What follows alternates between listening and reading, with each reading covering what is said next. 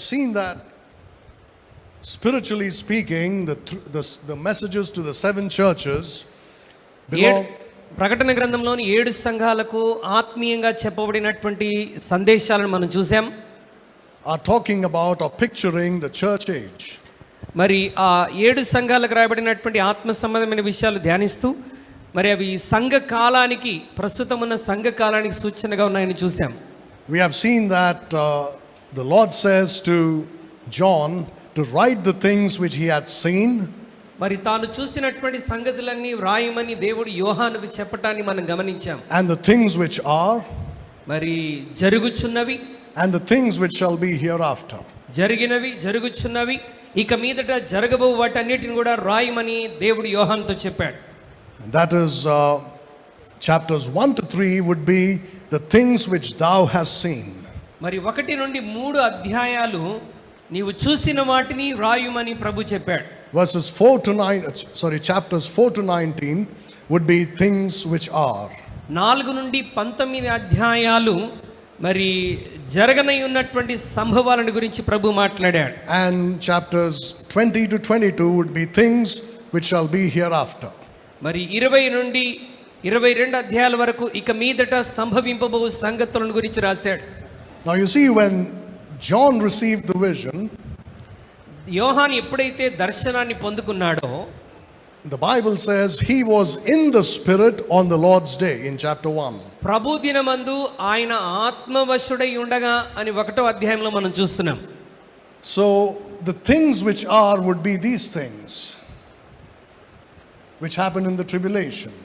మరి ఏవైతే జరగవలసి ఉన్నవి శ్రమల దినాన్ని గురించినటువంటి సంభవాలను జ్ఞాపకం చేస్తున్నాడు. The things which are, that is the present tense. అంటే ఇప్పుడు జరుగుచున్న వాటిని అన్నటువంటి విషయాన్ని, అంటే ప్రస్తుత కాలకు సంబంధించినటువంటి విషయాలను రాస్తున్నాడు. The things which thou hast seen.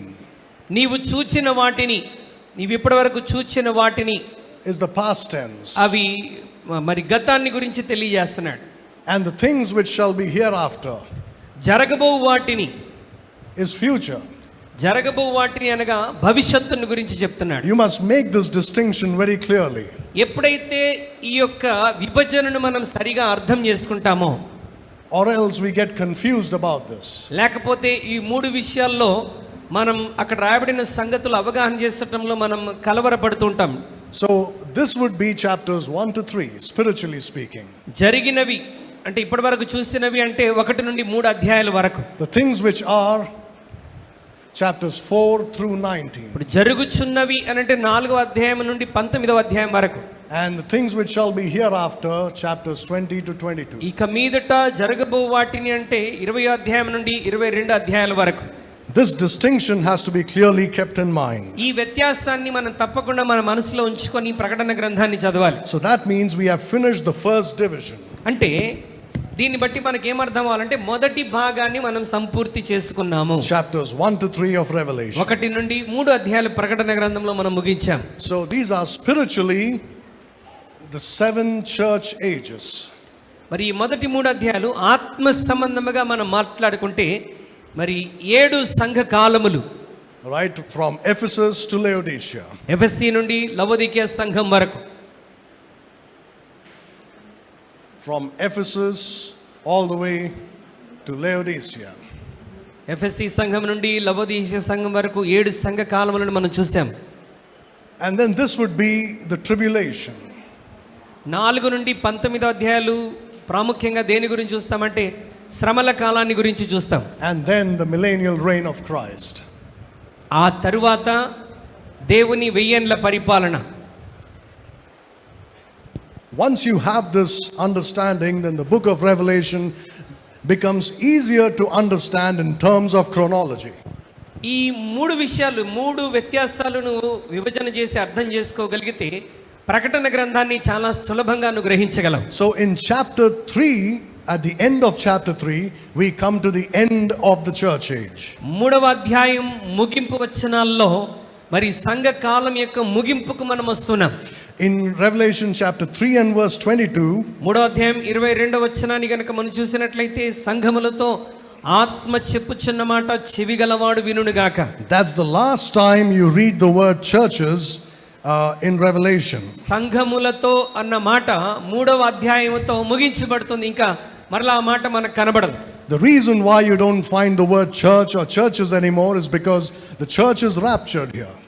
ఎందుకు మరలా 4వ అధ్యాయంలో నుండి మనకి సంఘము అన్నటువంటి పదం కనబడదనంటే, మరి ఇక్కడితో లవదికే సంఘ కాలం అయిపోయిన తర్వాత సంఘం పైకి ఎత్తబడుతుంది కనుక ఇక సంఘం అనే పదం శ్రమల కాలంలో మనకు కనబడదు. But when you come to Revelation 19, which talks about the second coming of Christ, మరలా ప్రకటన గ్రంథం 19వ అధ్యాయంలోనికి మనం వచ్చినప్పుడు క్రీస్తు యొక్క రెండవ ఆగమనం గురించి మాట్లాడుతున్నప్పుడు, then again the bride of Christ is mentioned. మరలా అక్కడ క్రీస్తు యొక్క వధువు గురించి వ్రాయబడినట్టుగా మనం అక్కడ చూస్తాం. So that means in the tribulation the church is not mentioned. అంటే శ్రమల కాలంలో ఎక్కడ కూడా సంఘం అనేటువంటి మాట మనకు కనబడదు. The church is in heaven. సంఘం ఎక్కడున్నది? ఇప్పుడు పరలోకంలో ఉన్నది. And also about the Holy Spirit you read in the first 3 chapters. మరి పరిశుద్ధాత్మని గురించి మొదటి 3 అధ్యాయాల్లో మనం చదువుతాం. Then you read about the Holy Spirit in chapter 4 and verse 5. మరలా పరిశుద్ధాత్మని గురించి మరి 4వ అధ్యాయం Verse 5. 5వ వచనంలో మనం చూస్తాం. That means the Holy Spirit is in heaven. అంటే పరిశుద్ధాత్ముడు ఎక్కడున్నాడని అర్థం? సంఘం ఎత్తబడిన తర్వాత పరలోకంలో ఉన్నాడు. The bride, the church is gone and the Holy Spirit is gone. ఎప్పుడైతే వధువు సంఘం పైకి ఎత్తబడిందో పరిశుద్ధాత్ముడు కూడా పైకి వెళ్ళిపోయాడు. So that means here there is no church, అంటే శ్రమల కాలంలో సంఘం లేదు, no body of Christ. శ్రమల కాలంలో క్రీస్తు శరీరము లేదు. This is very important because there are some Christians who think the church will go through some part of the tribulation. ఇది అవగాహన చేసుకోవటం సంఘముగా మనకు చాలా అవసరం. ఎందుకంటే చాలా మంది ఏమని తప్పుగా అర్థం చేసుకున్నారంటే సంఘం శ్రమల కాలం గుండా వెళ్తుంది అన్నటువంటి తప్పుడు అవగాహనలో ఉన్నారు. There is a change of position of the church and the Holy Spirit. మరి సంఘము అదే విధంగా పరిశుద్ధాత్ముని యొక్క స్థానము స్థితి మారిపోయినట్లుగా మనం చూస్తున్నాం. For 2000 years they were on the earth. 2000 సంవత్సరాలు సంఘము మరియు పరిశుద్ధాత్ముడు భూమి మీద ఉన్నారు. In believers. విశ్వాసుల జీవితాల్లో. But in the tribulation, కానీ ఈ శ్రమల కాలంలో the Spirit of God may work among people. పరిశుద్ధాత్ముడు ప్రజల జీవితాల్లో కార్యం చేస్తాడేమో, but he doesn't go and indwell them. కానీ వారిలోనికి వెళ్ళి వారితో నివసింపడు. He doesn't take them and baptize them into the body of Christ. యేసు మరి ఆ పరిశుద్ధాత్ముడు వారిని తీసుకొని యేసుక్రీస్తు శరీరంలోనికి వారికి ఏమి బాప్తిస్మం ఇవ్వడు.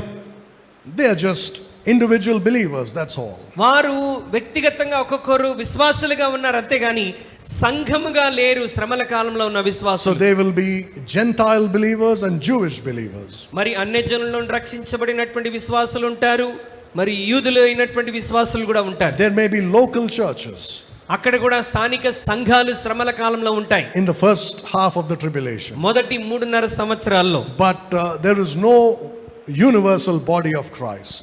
ఇప్పుడు ఉన్నట్టుగా సార్వత్రిక సంఘం లేకపోతే సార్వత్రిక క్రీస్తు శరీరం అన్నటువంటిది ఉండదు.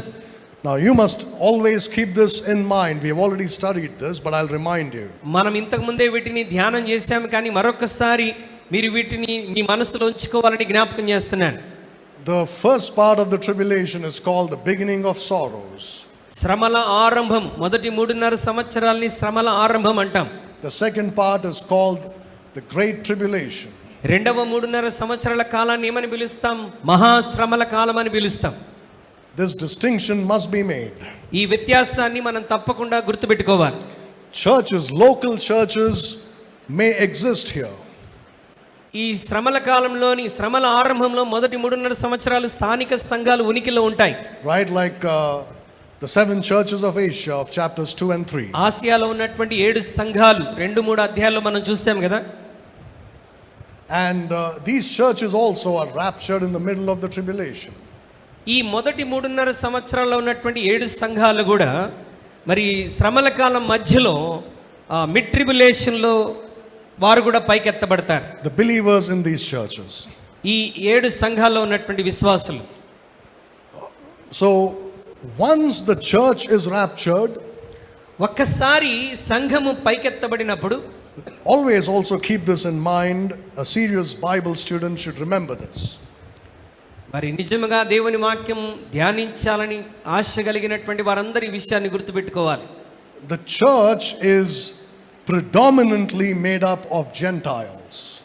మరి సంఘము అన్యజనుల ద్వారా ఏర్పాటు చేయబడినటువంటి సంఘం ఇది. There are some Jews also, కొంతమంది యూదులు కూడా సంఘంలో ఉండవచ్చు, but the majority are Gentiles. కానీ ఎక్కువ శాతం విశ్వాసులు సంఘంలో ఎవరున్నారు? అన్యజనుల నుండి రక్షించబడిన వారు ఉన్నారు. When Jesus and the apostles were there, some Jews got saved. యేసుక్రీస్తు ప్రభువారు అపోస్తలులు వాళ్ళు ఉన్నప్పుడు కొంతమంది యూదులు రక్షణలోనికి వచ్చారు. Throughout the centuries, here and there, Jews did get saved. మరి సంవత్సరాలు గడుస్తున్న కొలది అక్కడక్కడ కొంతమంది యూదులు ఒకవేళ రక్షించబడి ఉండవచ్చు, But the majority are Gentiles. కానీ అధిక శాతం అన్యజనుల నుండి వచ్చినటువంటి వారు రక్షింపబడిన వారుగా ఉంటున్నారు. But once the church is taken up, ఒక్కసారి సంఘము పైకెత్తబడిన తరువాత God starts dealing with Israel. దేవుడు ఇక మీదట ఇశ్రాయేలుల విషయంలో చొరవ తీసుకొని వారి జీవితాల్లో పనిచేస్తున్నాడు. The tribulation is called Jacob's trouble. మరి ఈ శ్రమల కాలాన్ని ఏమని పిలుస్తుందంటే బైబిల్ యాకోబు శ్రమ అని పిలుస్తున్నది. In Jeremiah chapter 30 and verse 7. ఇర్మియా గ్రంథం 30:7 యాకోబు శ్రమ అని వ్రాయబడి ఉంటుంది. Jacob's trouble doesn't mean the trouble of the church. యాకోబు యొక్క శ్రమ అంటే అర్థం ఏంటంటే సంఘానికి వచ్చే శ్రమ అని ఎంత మాత్రము కాదు. It means the trouble of the descendants of Jacob. దాని అర్థం ఏంటంటే యాకోబు యొక్క సంతానం లేకపోతే యాకోబు యొక్క తరములకి వస్తున్నటువంటి శ్రమ అది. And also remember that this is the 70th week of Daniel. ఈ 7 సంవత్సరాలని మనం ఏమని పిలుస్తాము అని అంటే దానియేలు యొక్క 70వ సంవత్సరం అని మనం పిలుస్తాం. ఇంతకుముందు మనం ధ్యానం చేశాం. This is the 70th week of Daniel. That means it's 7 years. ఈ 7 సంవత్సరాల శ్రమల కాలాన్ని దానియేలు యొక్క 70వ వారం అని మనం పిలుస్తాం. You read about it in Daniel chapter 9. దానియేలు గ్రంథం 9వ అధ్యాయంలో మనం ఆ విషయాన్ని చదివి చూసాం. Right, 69 weeks finished with Jesus Christ's resurrection. యేసుక్రీస్తు యొక్క పునరుద్ధానముతో 69 వారాలు ముగించబడినవి. Or rather till the destruction of Jerusalem in 70 AD. లేకపోతే క్రీస్తు శకం 70 సంవత్సరంలో యెరూషలేములోని మందిరం నాశనం అవటంతో 69 వారములు ముగించబడ్డాయి. Then there is a break of 2000 years almost. ఆ తర్వాత 69వ వారానికి 70వ వారానికి దాదాపు 2000 సంవత్సరాలు మరి గ్యాప్ ఉన్నది. Then once the church is raptured, ఒక్కసారి సంఘం అయితే ఎప్పుడు పైకెత్తబడిందో the 70th and the final week of Daniel begins. దానియేలు చూసినటువంటి ఆ 70వ వారము ఆరంభమవుతున్నది. If you read in Daniel chapter 9, దానియేలు గ్రంథం 9వ అధ్యాయంలో గనుక మీరు చదివితే you will see that God says 70 weeks are appointed for thy people. మరి నీ ప్రజల కొరకు 70 వారములు ఏర్పాటు చేయబడినదని దేవుని వాక్యం చెప్తున్నది. Who are Daniel's people? మరి ఎవరు ఆ ప్రజలు అని అంటే They are the Jews. వారు యూదులు, Israel. ఇశ్రాయేలీలు, Not the church. సంఘము కాదండి. So 69 weeks finished, the 70th week is pending. 69 వారాలు ముగించబడ్డాయి. ఈ 2000 సంవత్సరాల తర్వాత ఇప్పుడు ఏ వారం ఆరంభమైంది? 70వ వారం ఆరంభమైంది. So you must keep that in mind. అది మనం దృష్టిలో ఉంచుకోవాలి. You see, except the epistles of Paul, అపోస్తలుడైన పౌలు రాసినటువంటి పత్రికలు తప్ప every other book in the Bible, పరిశుద్ధ గ్రంథంలోని ఇతర ఏ పుస్తకమైనా directly or indirectly, నేరుగానైనా లేకపోతే మరొక విధానంలోనైనా are talking about Jews and not about the church. అపోస్తలుడైన పౌలు రాసిన పత్రికలు తప్ప మిగతా పుస్తకాలన్నీ ఎవరి గురించి మాట్లాడుతున్నాయంటే యూదుల గురించి మాట్లాడుతున్నాయి.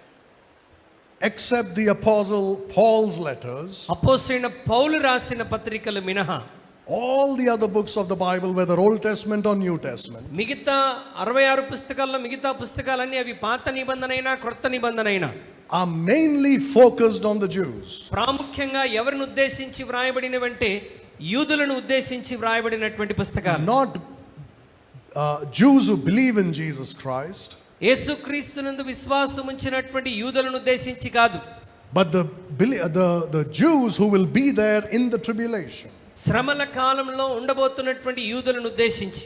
So at least about 20 to 30% 70 to 80% of the Bible is written for the Jews. పరిశుద్ధ గ్రంథంలోని దాదాపు 70 నుండి 80% వరకు ఎవరిని ఉద్దేశించి వ్రాయబడిందంటే యూదులను ఉద్దేశించి వ్రాయబడినది. Now don't get me wrong. దయచేసి ఇక్కడ పొరపాటుగా అర్థం It చేసుకునవద్దు. doesn't mean you can take out Paul's epistles and throw the rest of the Bible.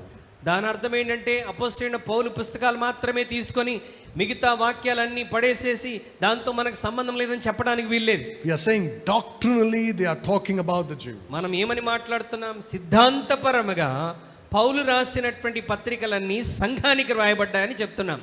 And there is doctrine that does not contradict what Paul says in the rest of the Bible.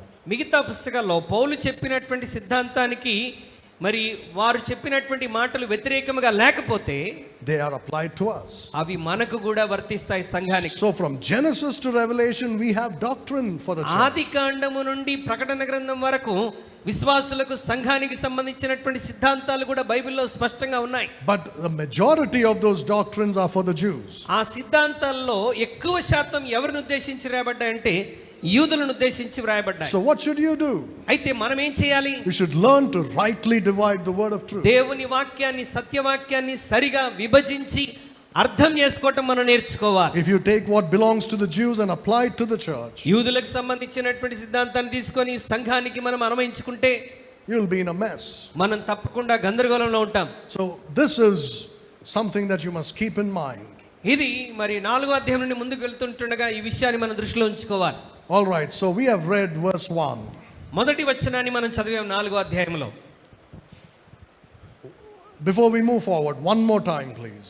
ఈ సంగతులు జరిగిన తరువాత నేను చూడగా అదిగో పరలోకమందు ఒక తలుపు తెరవబడి ఉండెను. మరియు నేను మొదట వినిన స్వరము బూరధ్వని వలె నాతో మాట్లాడగా వింటిని. ఆ మాటలాడిన వాడు ఇక్కడికి ఎక్కి రమ్ము, ఇక మీదట జరగవలసిన వాటిని నీకు కనబరిచేదన నేను. You see the words after this, ఈ సంగతులు జరిగిన తర్వాత అన్న మాటను గమనించండి. and then in the end of that verse, and I will show thee things which must be hereafter. ఇక మీదట జరగవలసిన వాటిని నీకు కనబరిచెదను. So this clearly shows that there is a progression of time from chapter 3 onwards. అంటే 3వ అధ్యాయం నుండి ఇక సంభవాలు ముందుకు వెళ్తున్నట్టుగా మనకి స్పష్టంగా అర్థమవుతున్నది. Right, I will show thee things which must be hereafter. ఇక మీదట ఖచ్చితంగా జరగవలసిన వాటిని నేను నీకు కనబరిచెదను అని చెప్తున్నాడు. So you must keep in mind that first time when the Lord said things which thou hast seen, things which are, and things which shall be hereafter. మరి ప్రభు చెప్పినటువంటి మాటను మనం గుర్తుపెట్టుకోవాలి. మరి నీవు చూచిన వాటిని, జరుగుచున్న వాటిని, ఇక మీదట జరగబో వాటిని. When the Lord said that, John was here. ప్రభు ఆ మాట చెప్తున్నప్పుడు యోహాన్ ఎక్కడున్నాడు? ఆయన పైకెక్కి వెళ్ళాడు.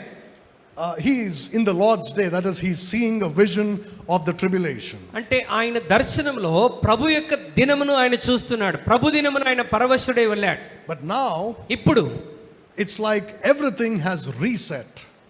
ఇప్పుడు ఎలా ఉందంటే సమస్తం మరలా తిరిగి సమకూర్చబడినట్టుగా ఉన్నది. Once again John is here. మరలా ఇప్పుడు యోహాను మనకి ఎక్కడ కనబడతాడంటే ఈ సంఘం ఎత్తబడే స్థలంలో మనకు కనబడతాడు. I will show that to you a little more. అది మీకు ఇంకొంచెం అర్థమగునట్లుగా నేను చూపెడతాను. So one thing is there is a progression of time. అంటే ఇక్కడ సమయం యొక్క మరి సమయం ముందుకు వెళ్ళటాన్ని మనం ఇక్కడ చూస్తున్నాం. But as I have said, there is a reset that has taken place in Revelation. అయితే ప్రకటన గ్రంథంలో తిరిగి సమకూర్చబడినటువంటి విషయం అన్నటువంటి మాట కూడా నేను చెప్పాను. These messages to the 7 churches bring us to the end of the church age. 7 సంఘాలకు ఇచ్చినటువంటి వర్తమానం మనకి ఎక్కడ తీసుకొస్తుందంటే సంఘం యొక్క కాలం ముగింపుకు తీసుకొని వస్తుంది. Right, spiritually. ఆత్మీయంగా, Not doctrinally, but spiritually. సిద్ధాంతపరంగా కాదు, ఆత్మీయంగా మనకు సంఘకాలం ముగింపుకు తీసుకొని వస్తున్న 7 వర్తమానాలు. But so John is saying that after the church age is finished, యోహాన్ ఏమంటున్నాడంటే సంఘకాలము అయిపోయిన తరువాత this is what is going to happen. ఇది జరగబోతున్నది. There is going to be a rapture of the church. సంఘము పైకెత్తబడటం జరుగుతుంది. I will show you that in a minute. అది ఒక నిమిషంలో మీకు అర్థమగునట్లుగా చెప్తాను. But doctrinally there are 2 ways to look at these words. సిద్ధాంతపరముగా ఇక్కడ 2 విషయాలు మనం అవగాహన చేసుకోవాలి. Right, the first 3 chapters doctrinally, మొదటి 3 అధ్యాయాలు సిద్ధాంతపరముగా, chapters 1 to 3 bring you to the middle of the tribulation. సిద్ధాంతపరంగా మొదటి 3 అధ్యాయాలు మనల్ని మళ్ళా ఎక్కడ తీసుకొని వస్తాయంటే శ్రమల కాలంలోని మొదటి 3.5 సంవత్సరాలకు తీసుకొని వస్తాయి. Right, because these 7 churches of Asia doctrinally are in the tribulation. ఎందుకంటే సిద్ధాంతపరంగా 7 సంఘాలు ఎక్కడ ఉంటాయని మనం చెప్పుకున్నాం.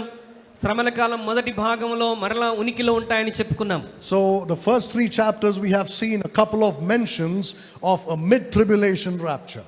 మరి మొదటి 7 సంఘాల గురించినటువంటి విషయాలను మరి ఈ యొక్క మిడ్ ట్రిబులేషన్ రాప్షన్ గురించి మాట్లాడుతూ మనం నేర్చుకున్నాం. The Lord says, if you repent, I will not put you into the great tribulation. మీరు మారు మనసు పొందితేనే తప్ప మిమ్మల్ని మహాశ్రమలోనికి నెట్టివేస్తానని ప్రభు చెప్తూ ఉంటాడు. So he also says to the church of Philadelphia that you will not go through this trouble that is coming upon the earth. Philadelphia సంఘంతో అన్నాడు, మరి మీ మీదికి ఈ శ్రమ రానివ్వకుండా నేను చూస్తానని ప్రభు మాట్లాడాడు. That means they will be taken out. అంటే శ్రమ రాకుండా చూస్తానంటే అర్థం ఏంటి? ఆ ఫిలదెల్ఫియా విశ్వాసులను ఆయన పైకి తీసుకొని వెళ్తాడని అర్థం. శ్రమల కాలంలో That is one division of the book. It's finished. అంటే పుస్తకంలోని ఒక విభాగమును మనం ముగిస్తున్నాం.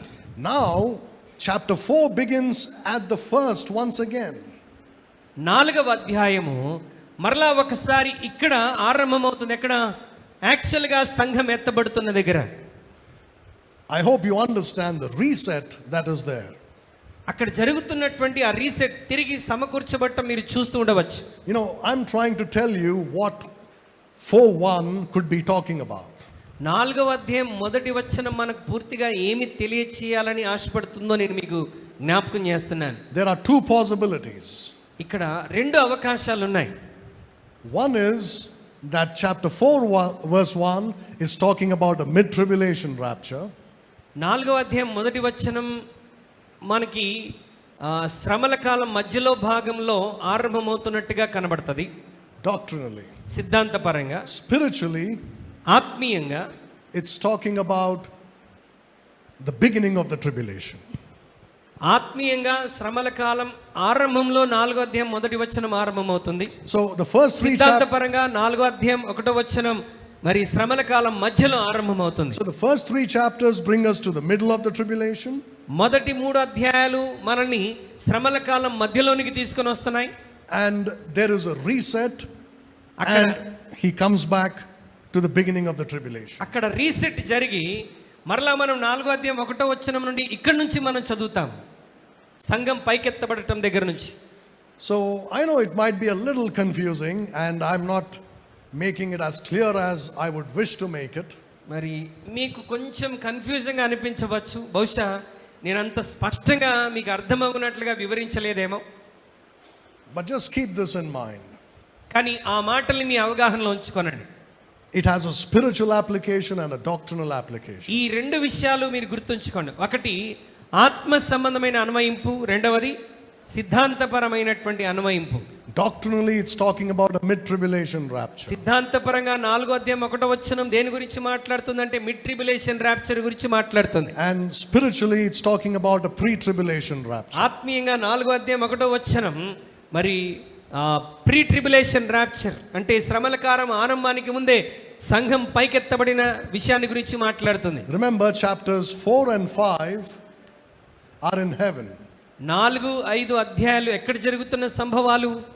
పరలోకంలో జరుగుతున్నటువంటి సంభవాలు. Then chapters 6 to 19 are in the great tribulation. 6 నుండి 19 అధ్యాయాలు ఏమి మనకు తెలియజేస్తుందంటే మరి మహాశ్రమల కారణాల గురించి తెలియజేస్తూ ఉన్నాయి. So it could be a little confusing. You have to apply your mind to it. కొంచెం కన్ఫ్యూజంగా అనిపించవచ్చు, కానీ నువ్వు జాగ్రత్తగా అర్థం చేసుకుంటే వీటిని గ్రహించగలవు. All right, so we read here, after this I looked, and behold, a door was opened in heaven. ఇక్కడ ఏమని చదువుతున్నాం? ఈ సంగతులు జరిగిన తర్వాత నేను చూడగా అదిగో పరలోకమందు ఒక తలుపు తెరవబడి ఉండెను. Christians don't take this literally. క్రైస్తవులు తలుపు తెరవబడింది అని అంటే దాన్ని అక్షరార్థంగా స్వీకరించడానికి చాలా మంది ఇష్టపడరు. I'll tell you something before I move forward. నేను ముందుకెళ్ళక ముందు కొన్ని విషయాలు జ్ఞాపకం చేస్తాను. Everything in the Bible must be taken literally. బైబిల్లో రాయబడినవన్నీ అక్షరార్థంగా మనం తీసుకోవచ్చు, అంటే ఉన్నది ఉన్నట్టుగా మనం తీసుకోవచ్చు. unless it is impossible to do so. కొన్ని సందర్భాల్లో అది అసాధ్యమని అనిపిస్తే తప్ప, Unless it's impossible, everything is literal. అది అసాధ్యము అని అనిపిస్తే తప్ప రాయబడినవన్నీ ఖచ్చితంగా సాధ్యమవుతున్నాయని అర్థం చేసుకోవాలి. For example, ఉదాహరణకి Jesus said, I am the door. యేసుక్రీస్తు ప్రభువారు ఏమన్నారంటే నేనే ద్వారమునని చెప్పాడు. Does it mean he's a literal door that you can open? అంటే ఆయన అక్షరార్థంగా తలుప, ఆయన్ని మనం ఓపెన్ చేయగలమా? No, he's not. కాదండి. So that is figurative language. అది అలంకార రూపకంగా వాడబడినటువంటిది. But when it says a door was opened in heaven, కానీ పరలోకంలో తలుపు తెరవబడి ఉంది అన్న మాట వాడితే is it impossible that there should be a door to heaven? అది అసాధ్యం అనిపిస్తుందా? పరలోకానికి తలుపు అనేది ఉండదు అనుకుంటున్నామా? Heaven is a literal place. పరలోకం నిశ్చయముగా అది ఉన్నటువంటి స్థలం. Its nature may be different from the physical world that we live in. మనం జీవిస్తున్నటువంటి ఈ శరీర సంబంధమైనటువంటి భూభాగానికి పరలోకంలో ఉన్నటువంటి స్థలానికి చాలా వ్యత్యాసం ఉండవచ్చు. But that doesn't mean it's not a literal place. అంతేగాని అది అక్షరార్థముగా ఉన్నటువంటి స్థలము కాదు అని చెప్పడానికి వీల్లేదు. It is a literal place. అది నిజముగా ఉన్నటువంటి స్థలం. And it has doors to go in and come out. ఆ పరలోకానికి లోపలికి వెళ్ళటానికి బయటికి రావటానికి తలుపు ఉన్నది. The doors are not made with material we see here on the earth. ఈ తలుపు భూమి మీద మనం చూసినటువంటి పదార్థ సంబంధమైనటువంటి తలుపుల వంటివి తలుపులు కాదు. But they are literal doors with a spiritual nature. అవి ఆత్మ సంబంధమైన స్వరూపము కలిగినటువంటి తలుపులుగా ఉన్నాయి. But they are real. కానీ అవి వాస్తవంగా తలుపులు. They could be understood as portals. Have you heard of the word portals? Portals are like doors that are open. You know, there'll be something like this, and it opens and you can walk in, and then it closes. Portals. P-O-R-T-A-L-S. Portals అంటే ఒక వృత్తాకారంలో ఉంటాయి. అవి మనం లోపలికి వెళ్ళగానే మరలా ఏమవుతాయి? మూయబడతాయి. And you walk through that portal, you can go to another place. ఈ పోర్టల్స్ గుండా మనం లోపలికి వెళ్తున్నప్పుడు వేరొక స్థలంలోనికి మనం ప్రవేశిస్తాం. Movies show that.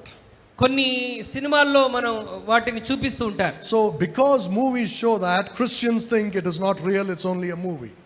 సినిమాల్లో చూపించినందుకు చాలా మంది క్రైస్తవులు అనుకుంటారు అది సినిమాలో నటనగా చూపించారు కాబట్టి అలాంటిది ఏమీ ఉండదు, వాస్తవం కాదు అని మనం అనుకుంటూ ఉంటాం. Unfortunately, sometimes unsaved people believe the Bible more than Christians. దురదృష్టం ఏంటంటే కొన్నిసార్లు రక్షణ లేని వారు బైబిల్ని నమ్మినంతగా రక్షింపబడిన విశ్వాసాలు నమ్మట్లేదు. So they show that a door opens and they walk in, and the next second they are in another planet.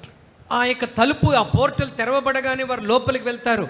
మరుసటి క్షణంలోనే వారు వేరొక ప్రాంతంలో ఉంటారు. Into another planet. మరొక గ్రహంలో ఉంటారు. They show that in movies. అవి మూవీస్లో చూపిస్తూ ఉంటారు. People who practice black magic, ఎవరైతే ఈ చేతబడి శక్తులు మరి ప్రయోగిస్తూ ఉంటారో they can open these portals not for very long distance traveling, but for short distance traveling. ఈ దీర్ఘకాల ప్రయాణం కొరకు కాదు కానీ ఈ తక్కువ కాల పరిమితి ప్రయాణం కొరకు ఈ చేతబడి శక్తులు చేసేవారు ఈ పోర్టల్స్ని, ఈ ద్వారాలను తెరవగలరు.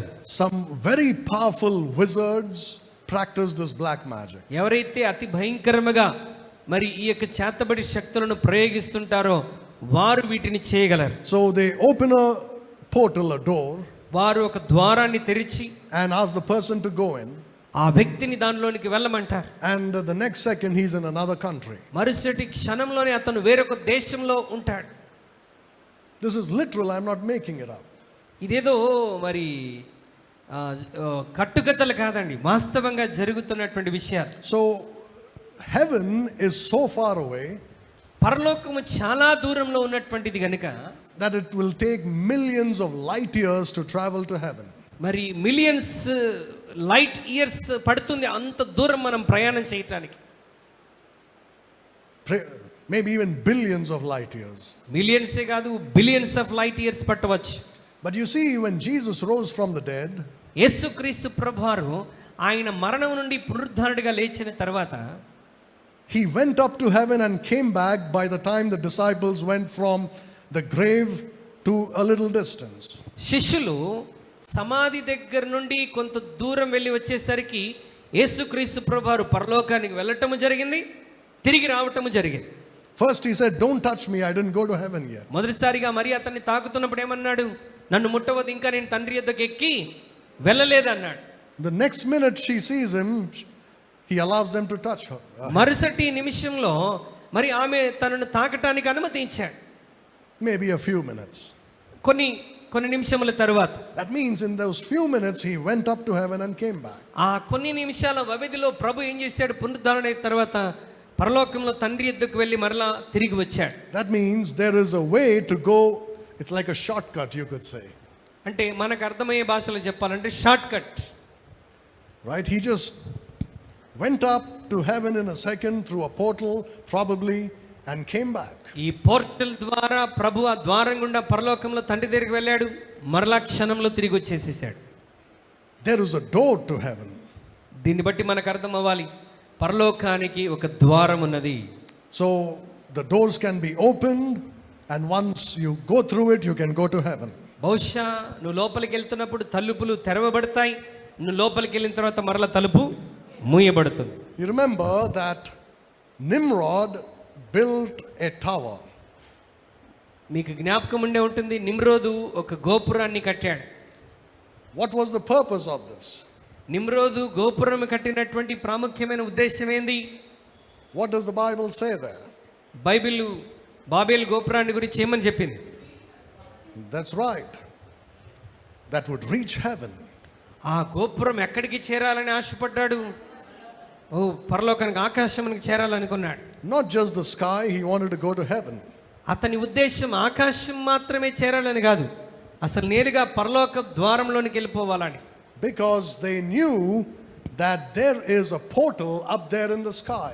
ఎందుకంటే ఆకాశములకు పైన ఈ పోర్టల్ ఉన్నది, దాని ద్వారా ఆ ద్వారం గుండా వెళ్ళవచ్చని వాళ్ళు అవగాహన చేసుకున్నారు. And they also wanted to invite fallen angels to come through this door, and on the top part of the tower they would have a woman waiting for them. Babel గోపురం కట్టినటువంటి ఉద్దేశం కూడా ఏంటంటే, వారు పడిపోయినటువంటి దూతలు ఆ పోర్టల్ నుండి త్వరగా దిగివచ్చి ఆ గోపురం మీద నుండి కిందికి రావటానికి అవకాశం ఉంటుందని ఆశపడ్డారు. There was a temple on top of the tower. ఆ యొక్క గోపురం మీద ఒక మందిరాన్ని వారు ఏర్పాటు చేసుకున్నారు. In that temple they would keep a virgin. ఆ యొక్క మందిరంలో ఒక కన్యకను ఉంచుతారు. And they would use her and do black magic and all those to open the portal and bring the angels ఆ down. కన్యకను ఉపయోగించి ఆ మీద చేతబడి చేసి ఆ పోర్టల్ని, ఆ ద్వారాన్ని తెరిచి ఆ పడిపోయిన దూతల్ని ఆహ్వానించేటువంటి వారు. So these are doors that go to heaven.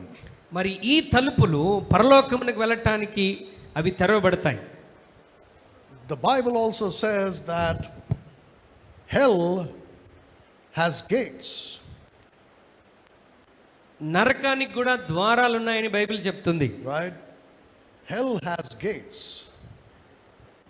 నరకానికి కూడా ద్వారము ఉన్నది. Remember what Jesus said? Thou art Peter, on this rock I will build my church, and the gates of hell shall not prevail నీవు against it. పేతురువు, నీ మీద సంగమును కట్టుదును, పాతాళలోక ద్వారములు దాని ఎదుట నిలువనేరవని చెప్పాడు. Then in the book of Revelation chapter 1 it says Jesus Christ has the keys to hell and death. మరి మరణమునకు పాతాళమునకు యేసుక్రీస్తు ప్రభువారి దగ్గర తాళపు చెవులు ఉన్నాయని ప్రకటన 1వ అధ్యాయంలో మనం చూసాం. In Revelation chapter 9 we read that there is a key to the bottomless pit. ప్రకటన గ్రంథం 9వ అధ్యాయంలో మనం చూస్తాం, అగాధ స్థలమునకు కూడా, అగాధ స్థలానికి సంబంధించిన తాళపు చెవులు కూడా ప్రభు చేతిలో ఉన్నాయి. Not in the Lord's hand, but it's given to a fallen angel. ప్రభు చేతికి కాదండి, క్షమించండి, పడిపోయిన దూతల చేతికి అవి ఇవ్వబడినాయి. Those keys are not some imaginary keys. ఈ తాళపు చెవులు అని చెప్తే అదేదో ఊహించుకుని అర్థం చేసుకోవాల్సిన తాళపు చెవులేమి కాదు. These are doors that go into paradise and into hell. అవి పరదేశంలోనికి వెళ్ళటానికి అదేవిధంగా నరకంలోనికి వెళ్ళటానికి ఉన్నటువంటి ద్వారములు Jesus has the keys. యేసు ప్రభువారి దగ్గర వాటి తాళపు చెవులు ఉన్నాయి. Then there is a key to go to the bottomless pit. మరి అగాధ స్థలంలోనికి వెళ్ళేటువంటి మరి ద్వారములు కూడా ఉన్నాయి. Then there are portals which open up to spiritual dimensions. మరి ఆత్మ సంబంధమైనటువంటి డైమెన్షన్లో ఓపెన్ అయ్యేటువంటి పోర్టల్స్ కూడా ఉన్నాయి. You see, spiritual beings live in spiritual dimensions. ఆత్మ జీవులు ఆత్మ సంబంధమైనటువంటి లోకములో జీవిస్తూ ఉంటాయి.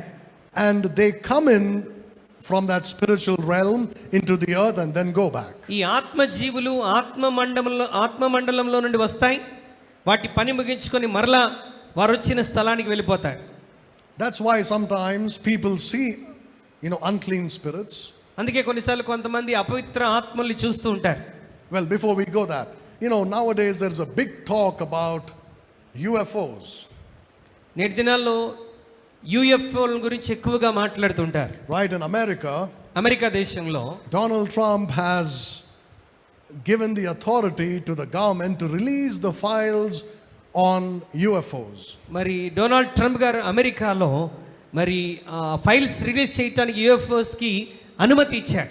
That means the government can tell the people what they know about UFOs. UFO గురించి ప్రజలకు ఏమి తెలుసో చెప్పటానికి ప్రభుత్వం వారు ప్రజలకు అనుమతినిస్తున్నారు. UFO means unidentified flying objects.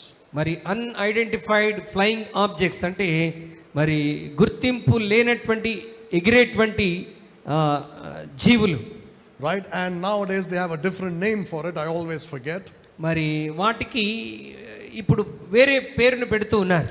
Something like unidentified phenomenon or something like that. మరి యుఎఫ్ఓలకు వేరొక పేరును కూడా పెట్టి వాళ్ళు ఉపయోగిస్తున్నారు. But you may also have heard about beings called aliens.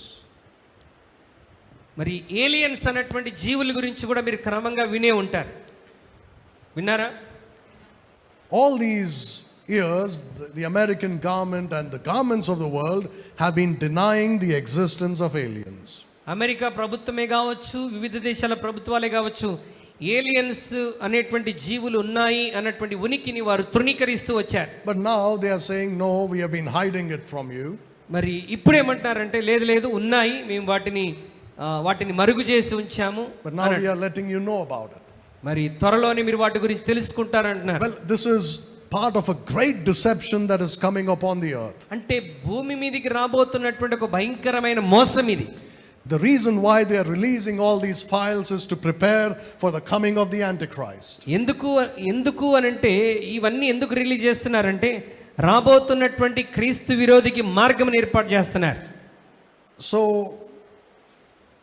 people for hundreds of years have been recording their experiences with these so-called aliens. వందల సంవత్సరాలుగా మరి ఈ ఏలియన్స్ విషయంలో వారి అనుభవాలను ప్రజలు రికార్డ్ చేసి పెడుతున్నారు. In the last 150 years, గడిచిన 100-150 సంవత్సరాల్లో there are hundreds of thousands of testimonies of people మరి ప్రజలు వందల వేల కొలది ప్రజలు వారు ఇచ్చినటువంటి సాక్ష్యాలు that they have either seen them, మేము ఏలియన్స్ ని చూసామని సాక్ష్యం ఇస్తున్నారు, or interacted with them, మరి ఏలియన్స్ తో మేము మాట్లాడామని చెప్తున్నారు. and some even claim to have been abducted by them, మరి kidnapped by them. కొన్నిసార్లు మేము ఏలియన్స్ ద్వారా ఎత్తుకొని పోబడ్డామని కూడా చెప్తున్నారు. I mean, I don't want to get into the subject. It's a vast subject. You don't need to know all the details. వాటి లోతుల్లోనికి మనం వెళ్ళట్లేదు, ఎందుకంటే వాటి గురించి ఎక్కువ తెలుసుకోవాల్సిన అవసరమే మనకు లేదు. But these creatures called aliens ఈ ఏలియన్స్ అని పిలువబడుతున్నటువంటి జీవులు have interacted with people ప్రజలతో మాట్లాడుతున్నారు and have told them that they come from other planets. వేరే గ్రహాల్లో నుండి మేము వచ్చాము అని వారు చెప్తూ ఉంటారు. But they don't come from other planets. అలా చెప్తున్నారు కానీ వారు వేరే గ్రహాల్లో నుండి వచ్చిన వారు కాదు. They either come from under the earth, which is from this part. వారు భూమి క్రింది భాగం నుండి అయినా వచ్చి ఉండాలి. Some of them come from there. కొన్ని జీవులు అలాంటి ఏలియన్స్ భూమి క్రింది నుండి వచ్చాయి. Now I don't know if you have seen this. మీరు చూసారో లేదో కానీ But these craft that they travel in, వారు ప్రయాణం చేస్తున్నటువంటి క్రాఫ్ట్స్ defy all logic. మరి లాజిక్స్ అన్నిటిని కూడా కొట్టివేస్తున్నాయి. They go at a speed which we cannot imagine. మనం ఊహించనంత వేగముగా ఆ జీవులు ప్రయాణం చేస్తాయని చెప్తారు. And they go very fast and then suddenly disappear. ఎంత వేగంగా ప్రయాణం చేసి మరుసటి క్షణంలోనే అదృశ్యమైపోతాయి. Where do they go? అంటే ఎక్కడికి వెళ్తాయి? They go through these portals into spiritual realms. మరి ఈ పోర్టల్స్ ద్వారా ఆత్మ మండలంలోనికి ఆ జీవులు వెళ్తాయి. So that you cannot see it. వాటిని మనం చూడకుండా ఉండనట్లుగా. They can come out and they can go in. అవి వెంటనే క్షణాల్లో ఆ పోర్టల్స్ నుంచి బయటకు వస్తారు, మరలా వెళ్ళిపోతుంటాయి. They may appear here for a second. వారు ఒక క్షణంలో ఇక్కడ నీ ఎదుట కనబడవచ్చు, Then they disappear. వెంటనే అదృశ్యమవుతారు. And the next second they can appear 100 miles away. మరొక సెకండ్లో ఒక 100 మైళ్ళ దూరంలో వారు కనబడవచ్చు. They go through portals. అంటే వాళ్ళు ఎలా ప్రయాణం చేస్తారని చెప్తారంటే ఈ పోర్టల్స్ ద్వారా ప్రయాణం చేస్తారని చెప్తారు. Now even evil spirits మరి ఈ దురాత్మలు కూడా, ఈ అపవిత్రాత్మలు కూడా can enter and exit the earth అపవిత్రాత్మలు కూడా భూమిలోనికి రావటం వెళ్ళిపోవటం కూడా and go into a spiritual dimension. ఈ యొక్క ఆత్మ మండల మార్గంలో వెళ్తూ ఉంటాయి. When they come, we can see them with our eyes. ఈ అపవిత్రాత్మలు కొన్నిసార్లు వచ్చినప్పుడు మనం వాటిని మన కళ్ళతో చూడగలం. Otherwise, they can be here but not be in the same realm as us. లేని ఎడల మన పక్కనే ఉంటాయి కానీ మరి మనం ఉన్నట్టుగా అవి ఉండలేవు. They are in another dimension. వారు ఇంకొక డైమెన్షన్లో ఉండి ఉంటాయి. They can see us but we cannot see them. అంటే ఆ అపవిత్రాత్మలు నిన్ను చూడగలవు కానీ నువ్వు వాటిని చూడలేవు. They can influence us. ఆ అపవిత్రాత్మలు నీ మీద ప్రభావితం చూపగలవు. But when they want to possess a person, అయితే ఈ అపవిత్రాత్మలు ఒక వ్యక్తిని ఆవరించాలి అని అంటే they leave that dimension and come to the earth. మరి వాళ్ళు ఆ డైమెన్షన్ ని వదిలి భూమి మీదకి వస్తారు. Now for them to do that, ఈ అపవిత్రాత్మలు అలా చేయటానికి the people have to do something for them to get the right to come onto the earth.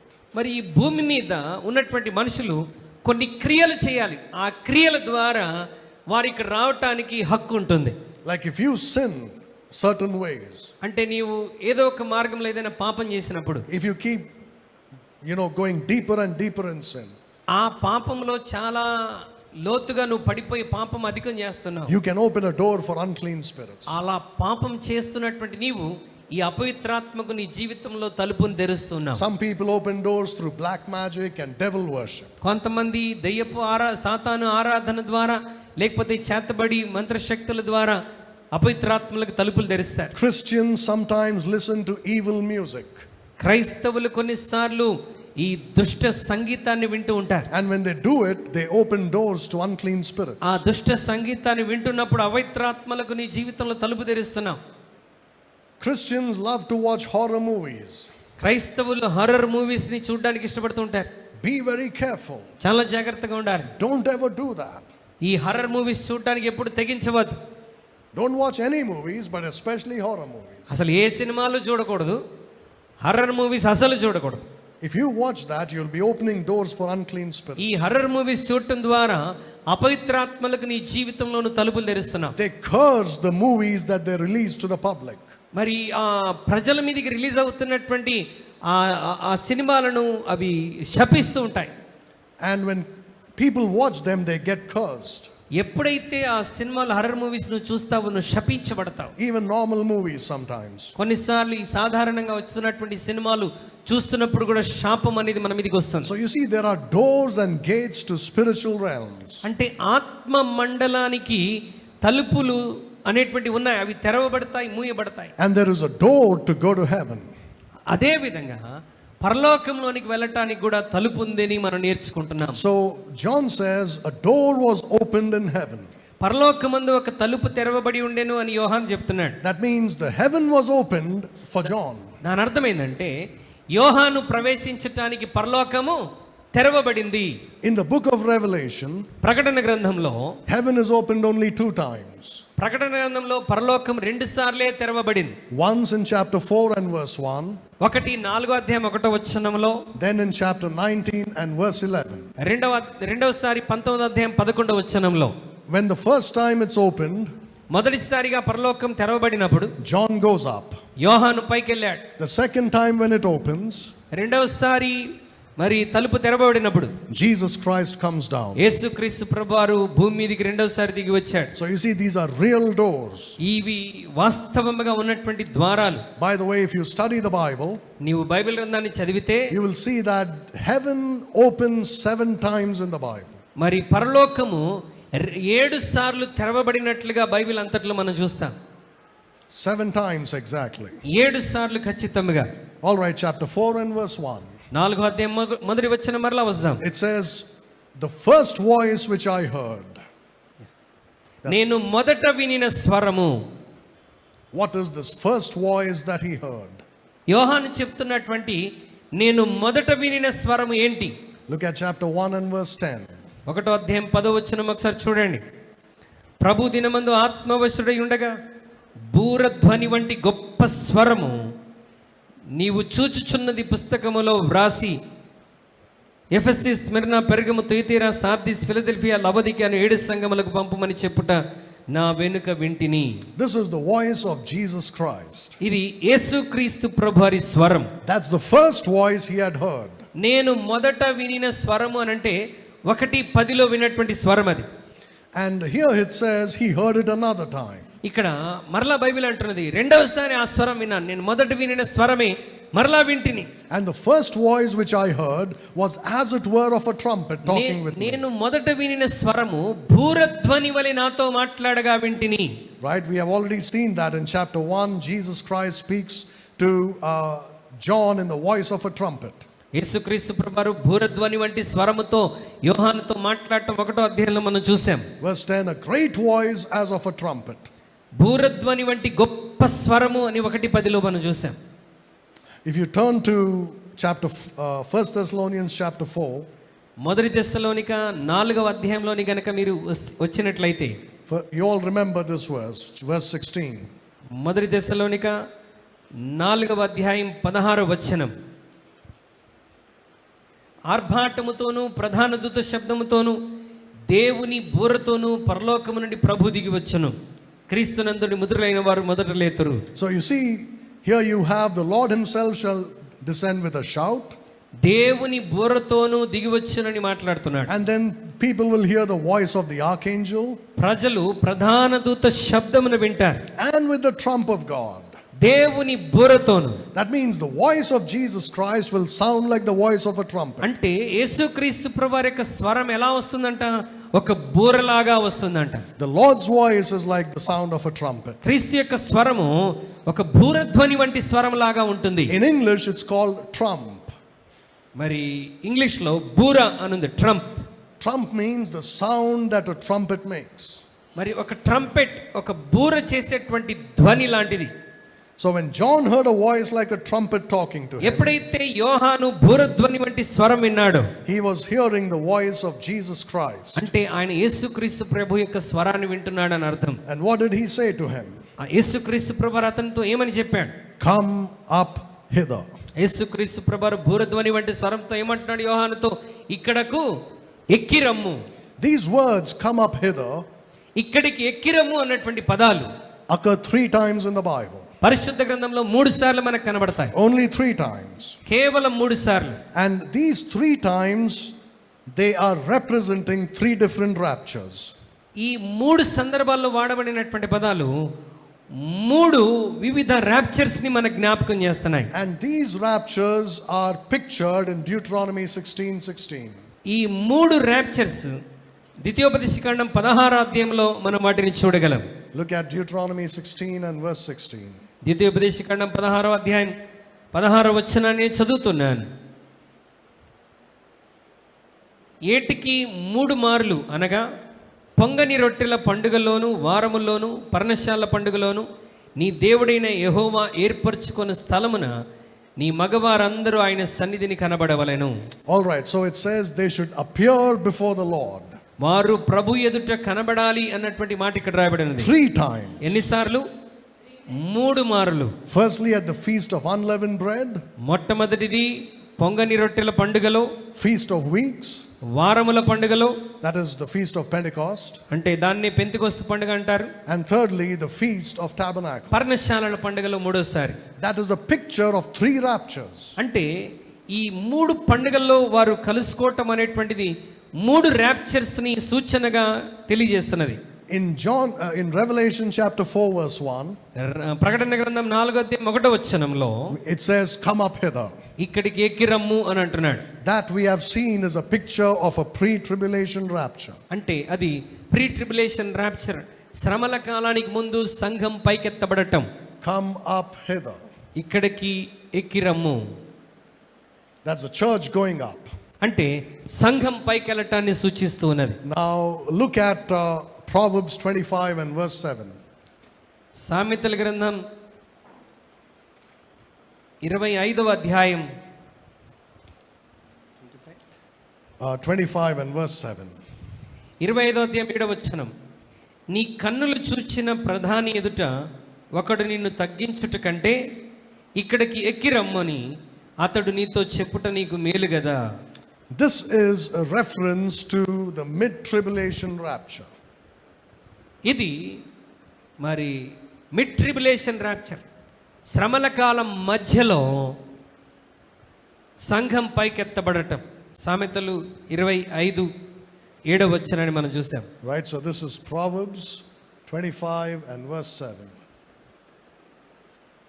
This is Revelation chapter 4 and verse 1.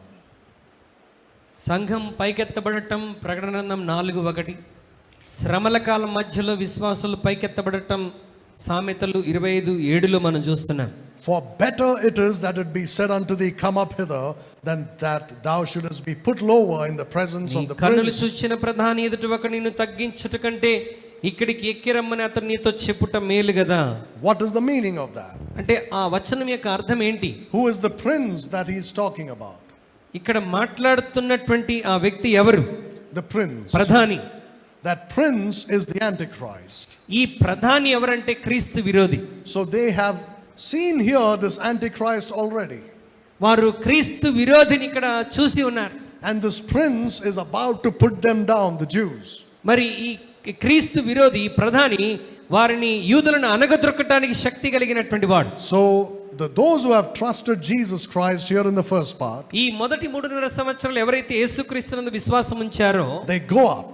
వారు పైకెత్తబడతారు. They hear the words, Come up hither. ఇక్కడికి ఎక్కిరమ్ము అన్నటువంటి మాటను వాళ్ళు విని పైకి వెళ్తారు. You and I are going to hear that word. మరి నీవు నేను కూడా ఆ స్వరాన్ని వినబోతున్నాం. And it will say to us, Come up hither. ఆయన మనందరితో చెప్పబోతున్నాడు, ఇక్కడికి ఎక్కిరమ్మని సంఘాన్ని పైకి పిలుస్తాడు. Now look at Revelation 11 and verse 12. ప్రకటన గ్రంథం 11వ అధ్యాయం 12వ వచనాన్ని ఒకసారి చూద్దాం. Revelation 11 verse 12. 11వ అధ్యాయం 12వ వచనం. అప్పుడు ఇక్కడికి ఎక్కిరండని పరలోకము నుండి గొప్ప స్వరము తమతో చెప్పుట వారు విని మేఘారూఢులై పరలోకమునకు ఆరోహణమైరి. Who are these people? ఈ ప్రజలు ఎవరండి? These are the two witnesses. వీరు ఇద్దరు సాక్షులు. And they are caught up in a post-tribulation rapture. ఈ ఇద్దరు సాక్షులు మరి పోస్ట్ ట్రిబులేషన్ ర్యాప్చర్లో అంటే శ్రమల కాలం ముగింపులో పైకెత్తబడినటువంటి ఇద్దరు సాక్షులు. Come up hither. ఇక్కడికి ఎక్కి రమ్ము. Now if you read in Revelation chapter 7, ప్రకటన గ్రంథం 7వ అధ్యాయంలో గనక మీరు చదివినట్లయితే there is a great multitude of people అక్కడ లెక్కకు విస్తారమైనటువంటి ప్రజలు who are taken out of the great tribulation. లెక్కింపన అసఖ్యము కానటువంటి ప్రజలు ఈ మహాశ్రమంలో నుండి పైకెత్తబడతారు. The two witnesses and all this great multitude go up in the post-tribulation ఈ rapture. ఇద్దరు సాక్షులు మరియు మహాశ్రమల కాలంలో అసంఖ్యాకులైనటువంటి ప్రజలు మరి ఈ శ్రమల కాలం ముగింపులో పైకెత్తబడతారు. So 3 times you hear the word, you read the words, Come up hither in the Bible. ఇక్కడికి ఎక్కిరమ్ము అన్నటువంటి మాట పరిశుద్ధ గ్రంథంలో 3 సార్లు మనం చూసాం. 4:1, సామెతలు 25:7, ప్రకటన 11:12. Revelation 11 and verse 12. So first time when it says come up hither, John goes up. మొదటిసారిగా 4:1లో చెప్పినప్పుడు యోహాను పైకి వెళ్ళాడు. The second time we read in Proverbs come up hither is a mid-tribulation rapture. రెండోసారి సామెతల గ్రంథంలో మనం చదివినటువంటి మాట శ్రమల కాలం మధ్యలో విశ్వాసులు పైకెత్తబడతారు. The third time you read come up hither, the two witnesses and a great company of believers go up. మూడవసారి మరి పోస్ట్ ట్రిబులేషన్ లో శ్రమల కాలం ముగింపులో ఇద్దరు సాక్షులు మరి అసంఖ్యాకులైనటువంటి విశ్వాసుల పైకి ఎత్తబడతారు. Now there are 7 resurrections mentioned in the Bible. పరిశుద్ధ గ్రంథంలో 7 పునరుద్ధానాలు కూడా వ్రాయబడి ఉన్నాయి. There are 7 raptures మరి 7 ర్యాప్చర్స్ ఉన్నాయి and 7 resurrections. 7 ర్యాప్చర్స్ ఉన్నాయి, 7 పునరుద్ధానాలు ఉన్నాయి. But there are 3 resurrections which are most prominent in the Bible. పరిశుద్ధ గ్రంథంలో అతి ప్రాముఖ్యమైనటువంటి 3 పునరుద్ధానాలు మనం చూడగలం. Before I show you those and show you the relationship with what we are talking about, మరి వాటిని చూపించక ముందు అసలు మనం మాట్లాడుతున్నటువంటి విషయాలకు సంబంధం ఏంటో మనం చూద్దాం. before I show that, వాటిని చూపించక ముందు look at Revelation chapter 20. ప్రకటన గ్రంథం 20వ అధ్యాయాన్ని ఒకసారి చూడండి. Revelation 20 and verse 5. 20వ అధ్యాయం 5వ వచనం. ఆ 1000 సంవత్సరములు గడుచు వరకు కడమ మృతులు బ్రతకలేదు, ఇదియే మొదటి పునరుద్ధానం. This is the first resurrection. ఇదియే మొదటి పునరుద్ధానం అన్న మాట గమనించండి. You see, the first resurrection is divided into 3 parts. ఈ మొదటి పునరుద్ధానము 3 భాగాలుగా విభజించబడింది. The first resurrection is the resurrection of Old Testament saints with Jesus Christ. మొదటి పునరుద్ధానం ఏంటి అనంటే యేసుక్రీస్తుతో కూడా పాత నిబంధన పరిశుద్ధులు మృతుల్లో నుండి లేచారు. Look at Matthew 27 and verse 52.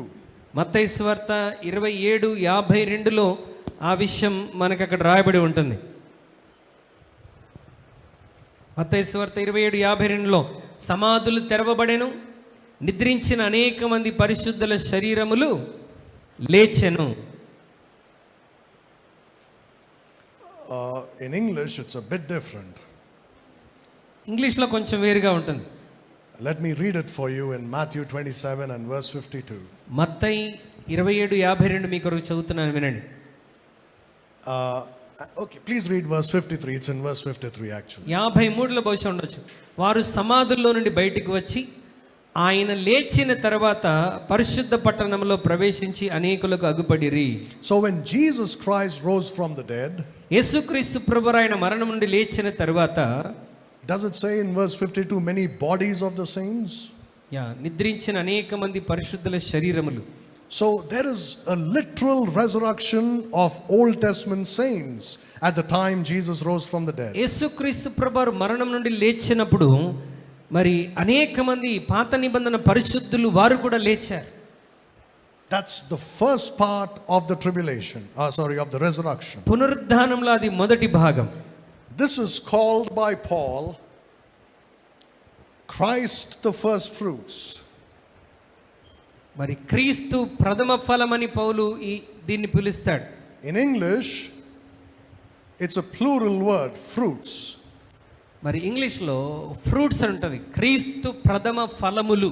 How can Christ be plural? క్రీస్తు అక్కడే ప్రథమ ఫలములు అని ఎలా చెప్పగలం?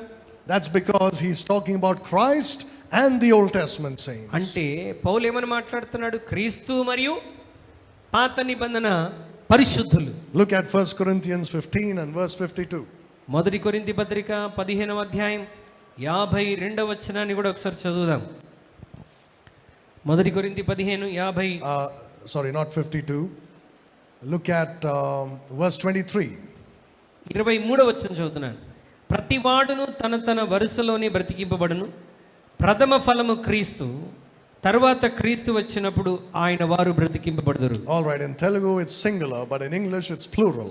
తెలుగులో ఫలము అని ఏకవచనం వాడబడింది, ఇంగ్లీష్లో అయితే బహువచనం వాడబడింది ఫలములు అని.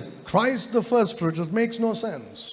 మరి క్రీస్తు మొదటి ఫలం, అందులో అర్థమేమీ లేదండి. Christ is first fruits because along with him many rose from the dead. క్రీస్తు మొదటి ఫలములు అంటే క్రీస్తుతో కూడా అనేక మంది పాత నిబంధన పరిశుద్ధులు లేచారు. Now look at verse 24.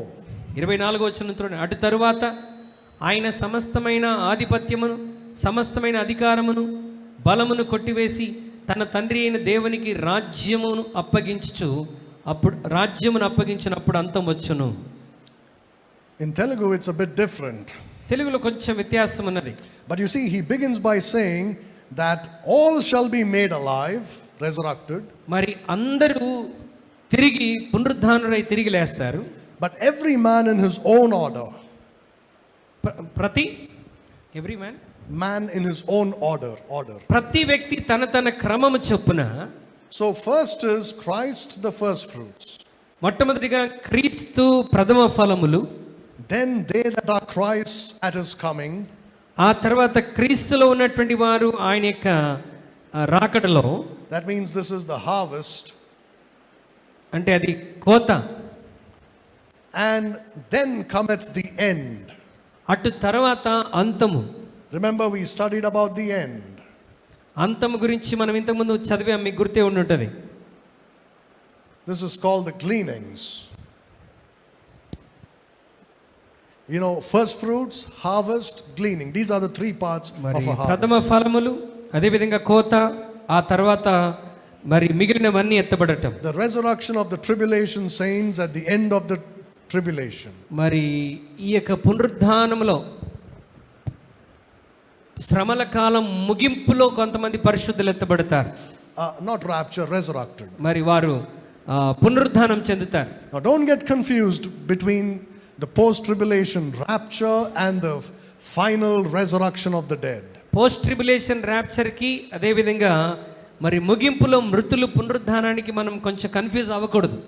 These are two different things. ఈ రెండు వేరు విషయాలు. ర్యాప్చర్ వేరు, పునరుద్ధానము వేరు. In the post-tribulation rapture, the living mostly are caught up. శ్రమల కాలం ముగింపులో సజీవులుగా ఉన్నటువంటి విశ్వాసులు ఎక్కువగా వారు పైకెత్తబడతారు. But at the second advent, all the dead saints wake up. కానీ క్రీస్తు యొక్క రెండవ ఆగమనంలో క్రీస్తునందు నిద్రించిన వారందరూ, అంటే నిద్రించిన పరిశుద్ధులందరూ, not in Christ but the believers. మరి విశ్వాసులందరూ కూడా వారు తిరిగి లేస్తారు. Look at Ezekiel chapter 37. హెచ్కేల్ గ్రంథం 37వ అధ్యాయంలోనికి ఒకసారి రండి. Right, everybody loves to preach this for revival. హెచ్కేల్ గ్రంథం 37వ అధ్యాయం ప్రతి సేవకుడు ఉజ్జీవం కొరకు అధ్యాయాన్ని ప్రసంగించడానికి ఇష్టపడతాడు. Look, but they never understand the doctrinal meaning of it. అయితే సిద్ధాంతపరమైనటువంటి అర్థాన్ని చాలా మంది ఇక్కడ గ్రహించరు. Look at verses 11 through 14. 11 నుండి 14 వచనాలు చూద్దాం. అప్పుడు ఆయన నాతో ఇట్లా, నేను నరపుత్రుడా, ఈ ఎముకలు ఇశ్రాయేలునందరినీ సూచించుచున్నవి. వారు మన ఎముకలు ఎండిపోయాను, మన ఆశ విఫలమైపోయాను, మనం నాశనమైపోతిమి అని అనుకొనుచున్నారు. కాబట్టి ప్రవచనం ఎత్తి వారితో ఇట్లానేము, ప్రభువు యెహోవా సెలవిచ్చినదేమనగా, నా ప్రజలారా, మీరున్న సమాధులను తెరిచెదను, సమాధుల్లో నుండి మిమ్మల్ని బయటికి రప్పించి ఇజ్రాయిల్ దేశంలోనికి తోడుకొని వచ్చేదను. నా ప్రజలారా, నేను సమాధులను తెరిచి సమాధుల్లో ఉన్న మిమ్మల్ని బయటికి రప్పించగా నేను యెహోవానై ఉన్నానని మీరు తెలుసుకొందురు. మీరు బ్రతుకున్నట్లు నా ఆత్మను మీలో ఉంచి మీ దేశంలో మిమ్మల్ని నివసింపజేసేదను. యెహోవానగు నేను మాట ఇచ్చి దానిని నెరవేర్తునని మీరు తెలుసుకొందురు. ఇదే యెహోవా వాక్కు. So sometime at this point, towards the end of the tribulation, కొన్నిసార్లు శ్రమల కాలం యొక్క ముగింపులో the dead Jews come back to life. చనిపోయినటువంటి మృతులైనటువంటి యూదులు మరలా జీవంలోనికి వచ్చే అవకాశం ఉన్నది. Dead Jews. మృతి నొందినటువంటి యూదులు. And with Jesus Christ they enter the promised land. యేసు క్రీస్తుతో కూడా కలిసి వారు వాగ్దాన భూమిలో అడుగు పెడతారు. This is pictured by the resurrection of Moses. ఇది మరి మోషే యొక్క పునరుద్ధానమును సూచిస్తూ ఉన్నది. Remember when Moses died? మోషే చనిపోయినప్పుడు He died after the wilderness wandering. మరి ఈ అరణ్యంలో వారు తిరుగులాటం అయిపోయిన తర్వాత ఆయన చనిపోయాడు. After 40 years. 40 సంవత్సరాల ప్రయాణం తర్వాత. The wilderness wanderings is a picture of the tribulation. అరణ్యంలో తిరగటం అనేటువంటిది అది శ్రమల కాలానికి సూచనగా ఉన్నటువంటిది. And Moses is a picture of the Jews. మోషే మరి యూదులకు సూచనగా ఉన్నటువంటి వాడు. Right, and he's raised back to life. ఆయన మరలా జీవంలోనికి రావటం మనం ఇక్కడ చూస్తాం. Right, the Bible says that Satan fought with Michael the archangel for the body of Moses. మోషే యొక్క శరీరము కొరకు మరి మిఖాయేలు దూత సాతానుతో పోరాడి ఉన్నాడని మనం లేఖనంలో చదువుతాం. You read it in the book of Jude. మరి యూదా పత్రికలో మనం దాన్ని చదువుతాం. Why were they fighting for the body of Moses? మరి ఎందుకు మిఖాయేలు దూత సాతానుతో మోషే దేహం కొరకు పోరాడతాడు? Because God was going to raise him back to life. ఎందుకంటే మోషేను మరలా దేవుడు జీవంలోనికి నడిపించబోతున్నాడు. That's why. అందుకొరకే. So Moses' resurrection is a picture of the resurrection of Israel. మోషే యొక్క పునరుద్ధానము ఇశ్రాయేలు సమాధిలో నుండి తిరిగి లేవటానికి సూచనగా ఉన్నది. So before they enter the promised land, they come back to life. వారు మరి వాగ్దాన దేశంలోనికి అడుగు పెట్టక ముందు సమాధుల్లో ఉన్న వారు పునరుద్ధానులు అవుతారు. So look at this, there are 3 resurrections. అంటే 3 పునరుద్ధానాలు ఉన్నాయి. First fruits, మొట్టమొదటిది ప్రథమ ఫలములు, the harvest, రెండవది కోత, then the gleanings. తర్వాత మిగిలినటువంటి గింజలు. And once these 3 are finished, ఎప్పుడైతే ఈ 3 పునరుద్ధానాలు అయిపోతాయో, John says the first resurrection is complete. ఈ 3 పునరుద్ధానాలు అయిపోయిన తర్వాత వెంటనే యోహాన్ అంటున్నాడు మొదటి పునరుద్ధానం అయిపోయింది అని అంటున్నాడు. And the second resurrection, రెండవ పునరుద్ధానము, it takes place at the end of the millennial reign of Christ. రెండవ పునరుద్ధానము క్రీస్తు 1000 ఏళ్ల పరిపాలన ముగింపులో జరుగుతుంది.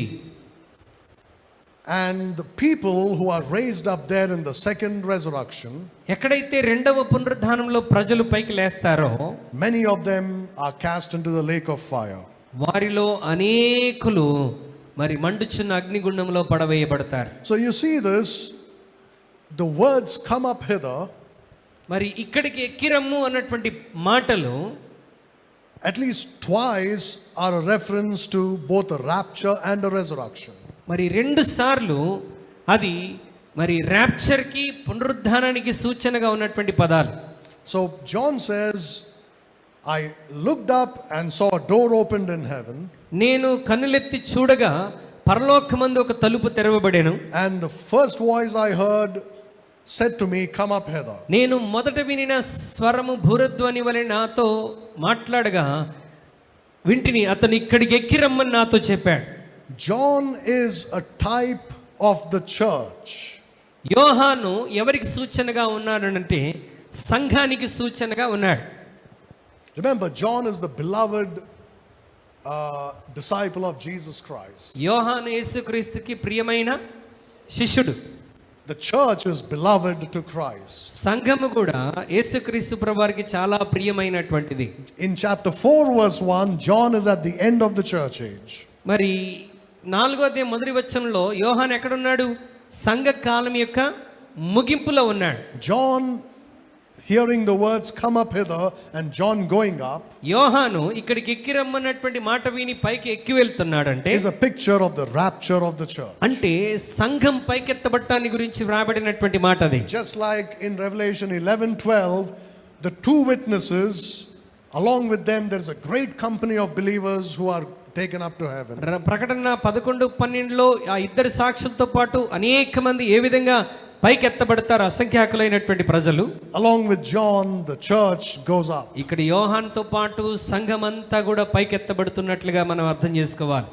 This is important to understand because this helps you to place certain difficult verses as we go ahead from chapters 6 to 19. ఇది అర్థం చేసుకోవటం ఎందుకు ప్రాముఖ్యం అంటే 16వ అధ్యాయంలో నుండి కొన్ని కఠినమైనటువంటి అధ్యాయాల్లోనికి మనం వెళ్తున్నప్పుడు ఇది నువ్వు ముందుగానే అర్థం చేసుకుంటే ఆ వచనాలు సరిగా గ్రహించగలవు. From chapters 6 to 19.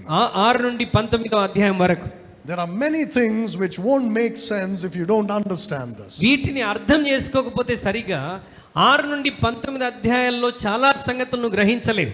Like for example, ఉదాహరణకి I've already told you in chapter 7 there is a big rapture.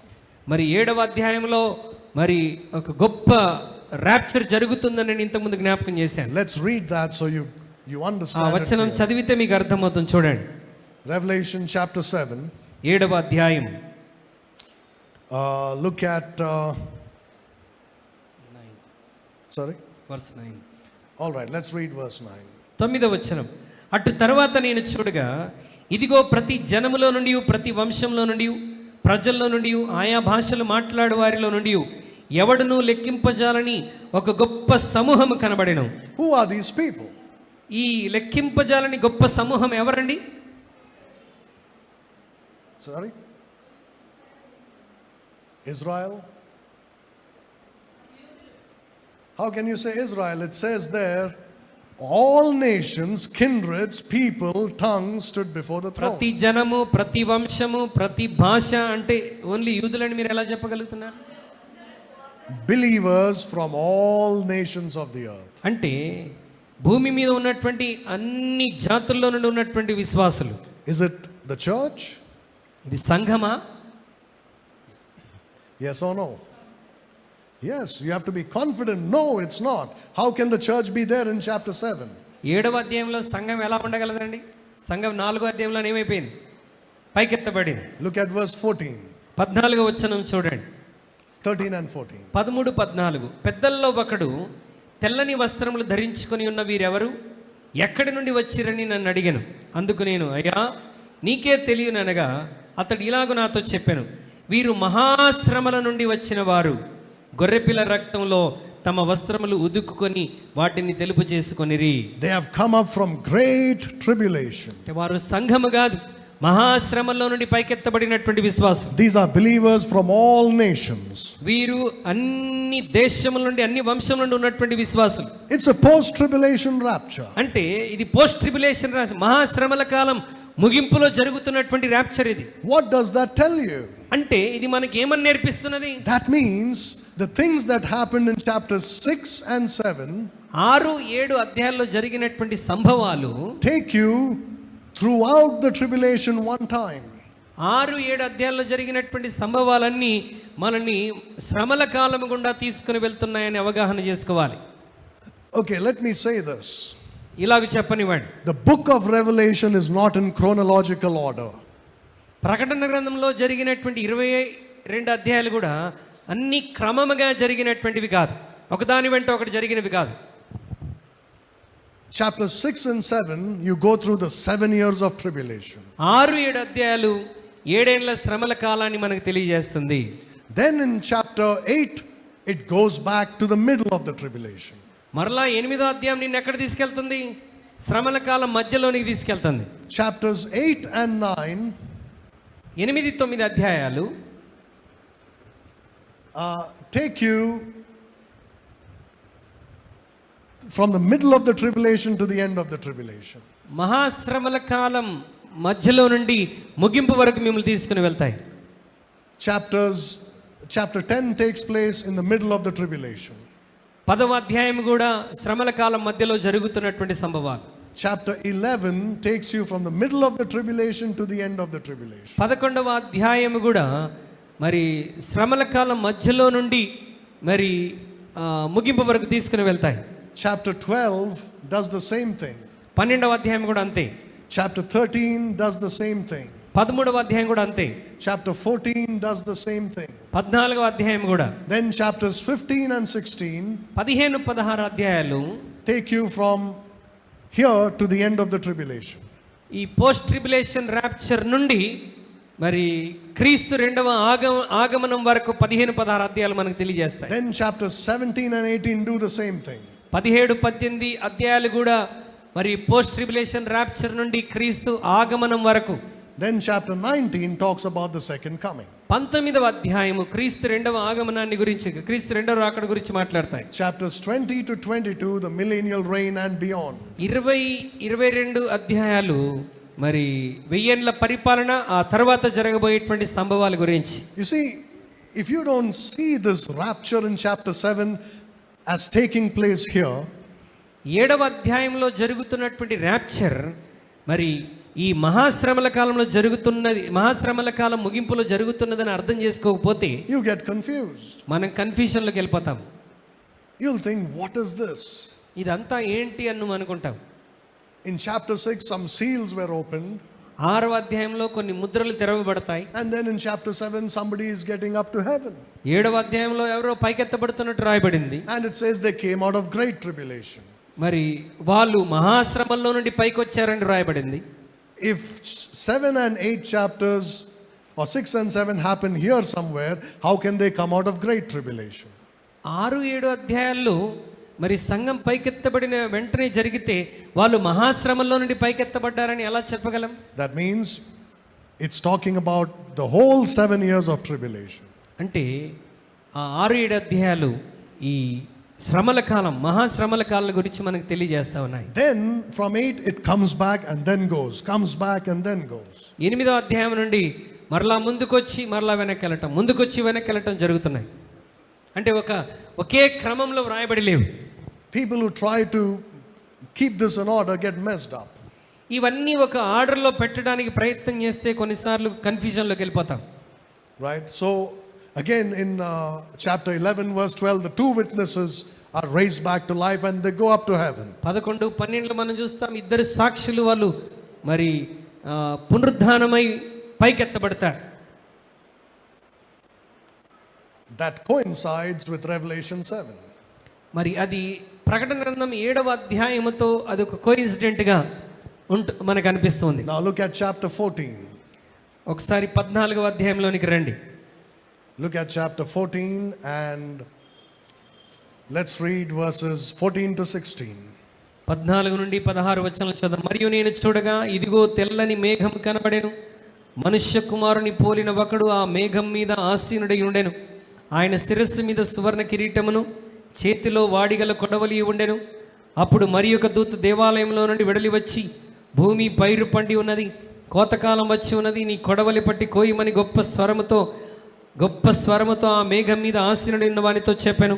మేఘం మీద ఆసీనుడై ఉన్నవాడు తన కొడవలి భూమి మీద వేయగా భూమి పైరు కోయబడెను.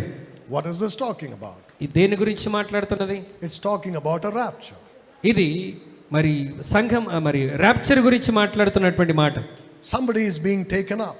అంటే ఎవరో పైకెత్తబడుతున్నారని అర్థం. How do we know? దాన్ని మనం ఎలా అర్థం చేసుకోగలం? Look at chapter 15 15వ అధ్యాయం చూడండి and verses 1 and 2. మొదటి 2 వచనాలు. మరియు ఆశ్చర్యమైన మరి ఒక గొప్ప సూచన పరలోకమందు చూచి తిని, అదేమనగా 7 తెగుళ్ళు చేత పట్టుకొని ఉన్న 7 దూతలు, ఇవే కడవరి తెగుళ్ళు, వీటితో దేవుని కోపము సమాప్తమాయెను.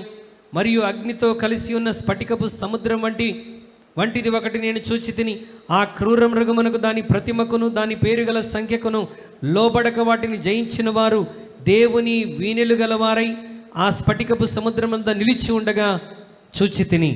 Do you see that? This is coinciding with Revelation 7:14. ఇది ప్రకటన గ్రంథం 7:14తో కూడా మరి మనకి సమాంతరంగా కనబడుతున్నది. That means in chapter 14 you come to the end of the tribulation and to the post-tribulation rapture. అంటే 14వ అధ్యాయం మరలా మనల్ని ఎక్కడ తీసుకెళ్తుంది? మరి శ్రమల కాలం ముగింపుకి, పోస్ట్ ట్రిబులేషన్ ర్యాప్చర్కి మనల్ని తీసుకుని వెళ్తుంది. And chapter 15 these people are in heaven. 15వ అధ్యాయంలో ఈ ప్రజలందరూ ఎక్కడ ఉన్నట్టు కనబడుతున్నారు? పరలోకంలో ఉన్నట్టు కనబడుతున్నారు.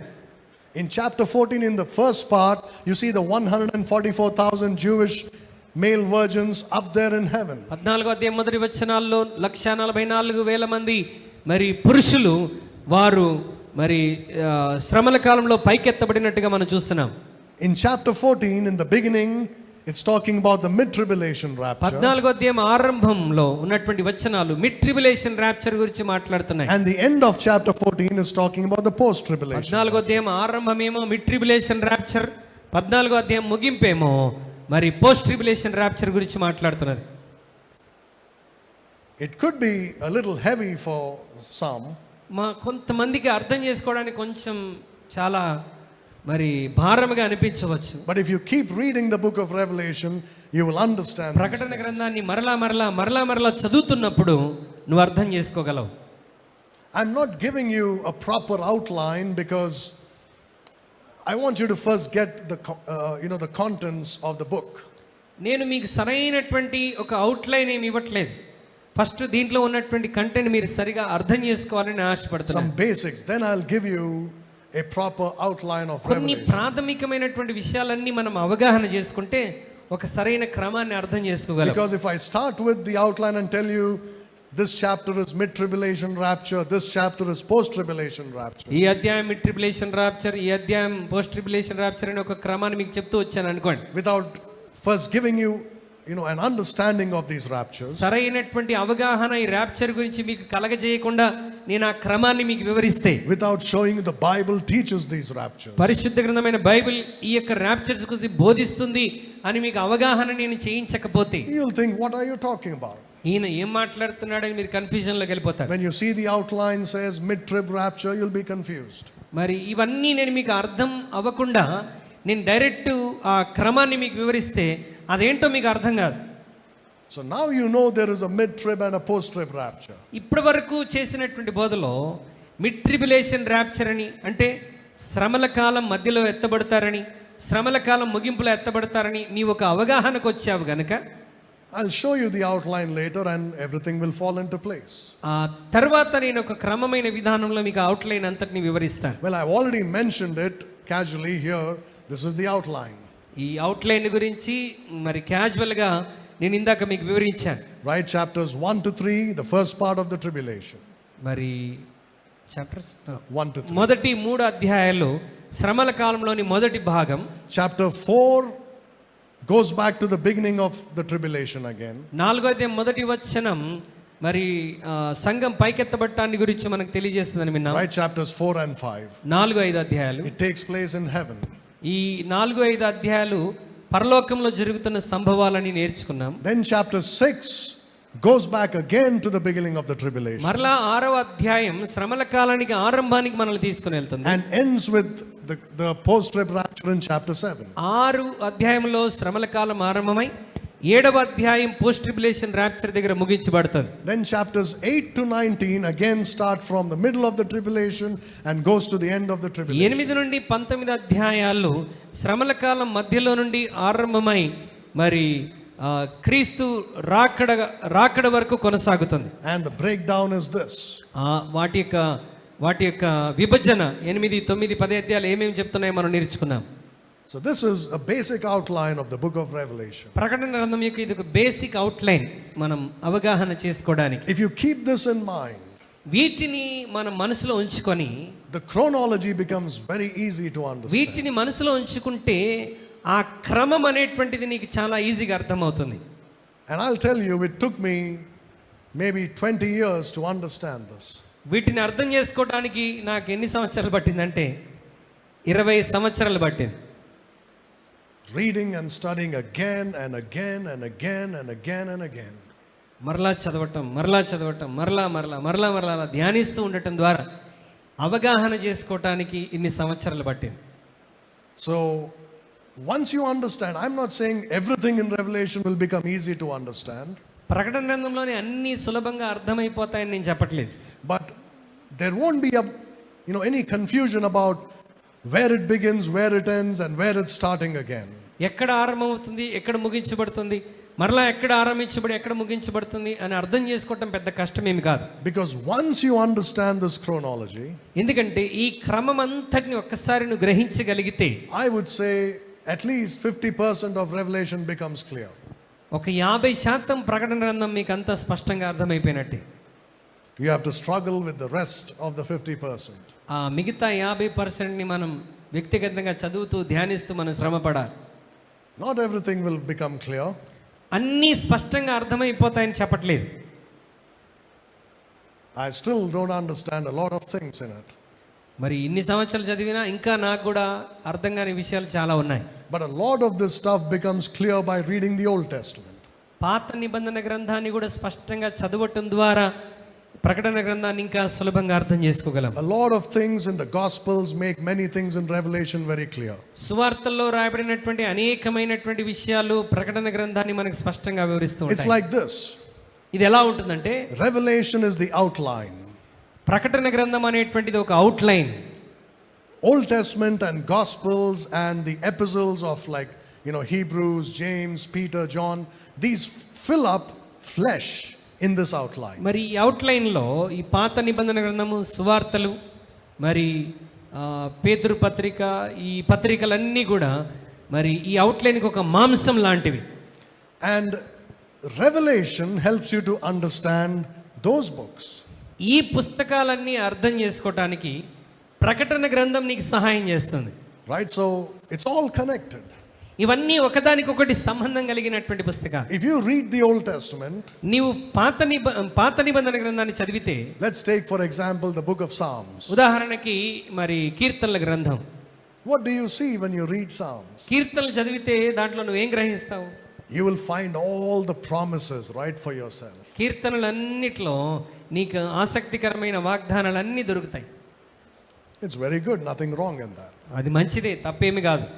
But do you know that 90% of the book of Psalms కీర్తనలోని 90% కీర్తనలు is doctrine about the tribulation and millennium. మరి శ్రమల కాలాన్ని గురించి, వెయ్యేండ్ల పరిపాలన గురించినటువంటి సిద్ధాంతాలు కీర్తనలో ఉన్నాయి. Most of it is that, not anything to do with our spiritual walk with Christ. మన యొక్క క్రీస్తుతో కూడా మన ఆత్మీయ సంబంధమైన నడవడి కంటే కూడా ఎక్కువ విషయాలు శ్రమల కాలాన్ని గురించి, వెయ్యేండ్ల పాలన గురించి కీర్తనలో రాయబడ్డాయి. That means when you spiritualize those things, you can apply to yourself. వాటిని ఎప్పుడైతే మనం ఆత్మీయంగా పోల్చుకుంటుంటామో అప్పుడు మనం వాటిని అన్వయించుకుంటున్నాం. But doctrinally they are talking about those కానీ things. సిద్ధాంతపరంగా కీర్తనలన్నీ వేటిని గురించి మాట్లాడుతున్నాయి? శ్రమల కాలము మరియు వెయ్యేండ్ల పరిపాలన గురించి. You take the Old Testament, any book. పాత నిబంధనలో ఏ పుస్తకమైనా తీసుకోండి. You take Job.